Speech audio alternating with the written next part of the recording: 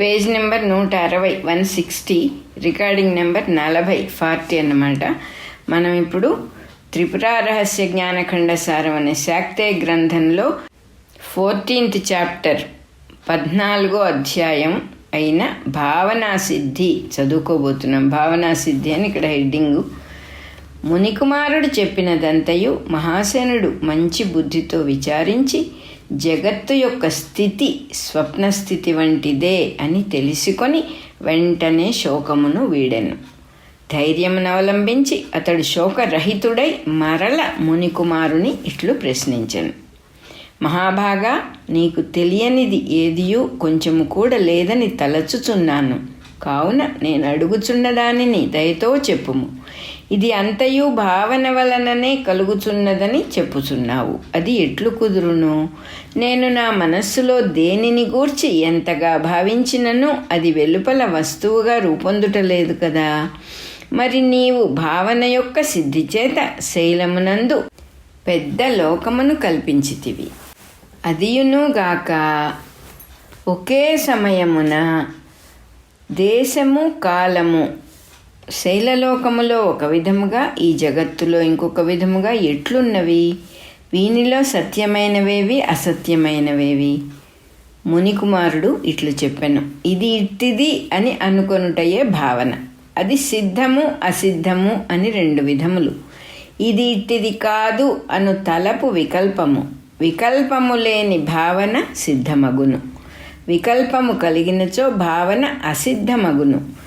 బ్రహ్మ యొక్క సిద్ధ భావన చేత ఈ జగత్తు పుట్టినది. ఆయన యొక్క భావన అత్యంత దృఢమగుట చేత ఈ జగత్తు అందరకు సత్యముగానే తోచుచున్నది. ఈ బ్రహ్మ సృష్టి యందున్న సత్వత్వ బుద్ధి మన భావనల యందు మనకి లేదు.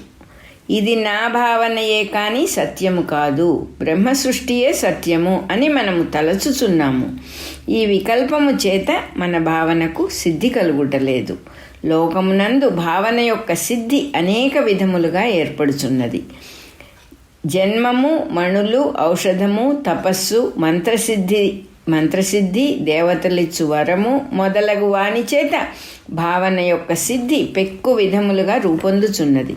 బ్రహ్మదేవునకు జన్మచేత, యక్షులకు రాక్షసులకు మణుల చేత, దేవతలకు ఓషధీ రూపమైన అమృతము చేత, యోగులకు యోగము చేత, తాపసులకు తపస్సు చేత, జపపరాయణులకు మంత్రసిద్ధి చేత, విశ్వకర్మ మొదలగు వారికి వరము వలనను భావనకు సిద్ధి కలుగుచున్నది. అట్టి సిద్ధి కలగవలయునన్నచో ఈ కార్యమునకు నేను ఇట్లు సంకల్పమనర్చితిని అన్న విషయమును మరచిపోవలైను. అప్పుడే భావన స్థిరమగును. అట్లుగాక నేను ఈ కార్యమును సంకల్పించి తిని అని మనస్సునకు తోచుచున్నచో ఆ కార్యము అంతకు పూర్వము లేకుండుట అప్పుడు కొత్తగా ఆరంభమగుట తోచును. అప్పుడు ఆ కార్యము అసత్యమనియు తోచును. ఇదియే వికల్పమై భావనను భంగపరచును. అప్పుడు భావనకు సిద్ధి కలుగదు. నాటకమునందు పాత్రధారిని చూచుచున్నప్పుడు వీడు హరిశ్చంద్రుడే అన్న భావన దృఢముగా ఉన్నంత వరకే ప్రేక్షకునకు రససిద్ధి కలుగుచుండును. ఏ కారణము చేతనైనను వీడు హరిశ్చంద్రుడు కాడు, మన వీధిలో ఉన్న వెంకయ్య కదా వీడు, ఈ వేషం వేసినవాడు అని తోచినచో ప్రేక్షకునకు రససిద్ధి కలుగదు. అట్లే భావనయందును కొత్తగా విషయము సంకల్పించిన తరువాత దానికి పూర్వమందున్న స్థితిని పూర్తిగా విస్మరించి ఆ విషయమునే నిరంతరము భావించుచుండవలెను. ఇట్లు చిరకాలం అభ్యసించినచో పూర్వస్థితి జ్ఞప్తికి రాకుండా భావన స్థిరమగును.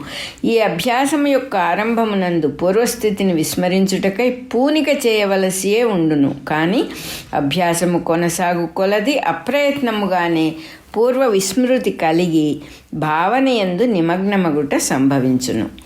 ఇట్లు అభ్యాస బలమున భావనను మొదలుపెట్టినంతనే పూర్వస్మృతి కొంచెము కూడా లేకుండా ఆ భావనను నిర్వికల్పముగా కొనసాగింపగల సామర్థ్యము ఏర్పడును. అప్పుడు ఆ భావన సిద్ధమై మహాఫలమును సాధింపగలుగును. మరి నీకు పూర్వస్మృతులు బలముగా ఉన్నవి. అవి మాటిమాటికి నీ భావనకు వికల్పములను కలిగించుచు భంగపరచుచున్నవి. అందువలన నీ భావము సిద్ధమగుటలేదు. నీవు కూడా సృష్టిని చేయగోరుచున్నచో భావనను శీఘ్రముగా సాధింపుము.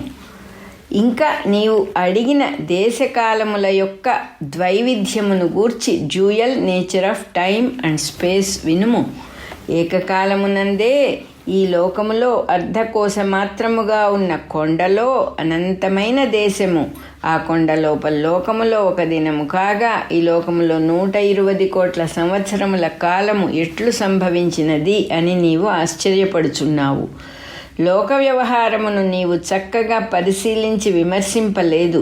అందువలన నీకది అద్భుతముగా ఉన్నది. జగత్తులో ఒక్క విషయమే అనేక విధములుగా భాషించుచుండుట సహజముగా ఉన్నది. సూర్యుని కాంతి మనకు వెలుగునిచ్చుచుండగా గుడ్లగూబలకు చీకటి అగుచున్నది.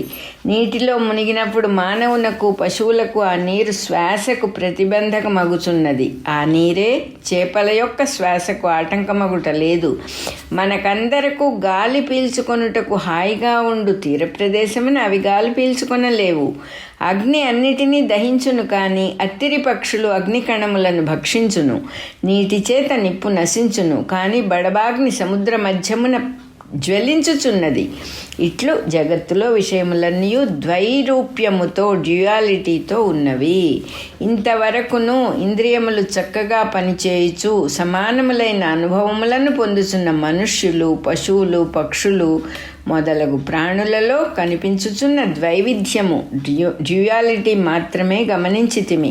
ఇంకా ఒక్కొక్క ఇంద్రియము ఒక్కొక్క లోపముతో పనిచేయుచుండు ప్రాణులయందు ఒక విషయమునే విరుద్ధ భావములు 100 కొలదిగా 1000 కొలదిగా ఉన్నవి.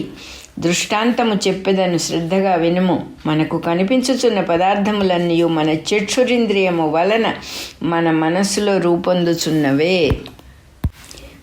మన మనస్సులో ఏర్పడుచున్న రూపముల కన్నా అన్యముగా మనకు ఏదియూ వెలుపల లేదు. అందువలన ఆ చక్షురింద్రియమునందు ఏ వికారముండునో ఆ వికారమును బట్టి ఏ పదార్థములు కూడా మనస్సునందు రూపొందుచుండును. పైత్య ప్రకోపము కలిగిన వానికి ప్రతి వస్తువు పచ్చగా కనిపించుచుండును. తిమిర దోషము కలవాడు ఒకదానిని 2గా చూచును. ఇట్లు విచిత్రములైన కంటి దోషములు కలవారు జగత్తును వివిధ ప్రకారములుగా చూచుచుందురు. తూర్పు సముద్ర మధ్యమున కారండకము అను ద్వీపము కలదు. అందలి జనులకు ఎల్లప్పుడూ ప్రతి వస్తువు ఎర్రగానే కనిపించుచుండును. అట్లే రమణక ద్వీపమున జనులకు ప్రతి వస్తువు తల్లకిందులుగా కనిపించును. ఇతర ద్వీపములందును ఇట్లే విశేషములు కలవు.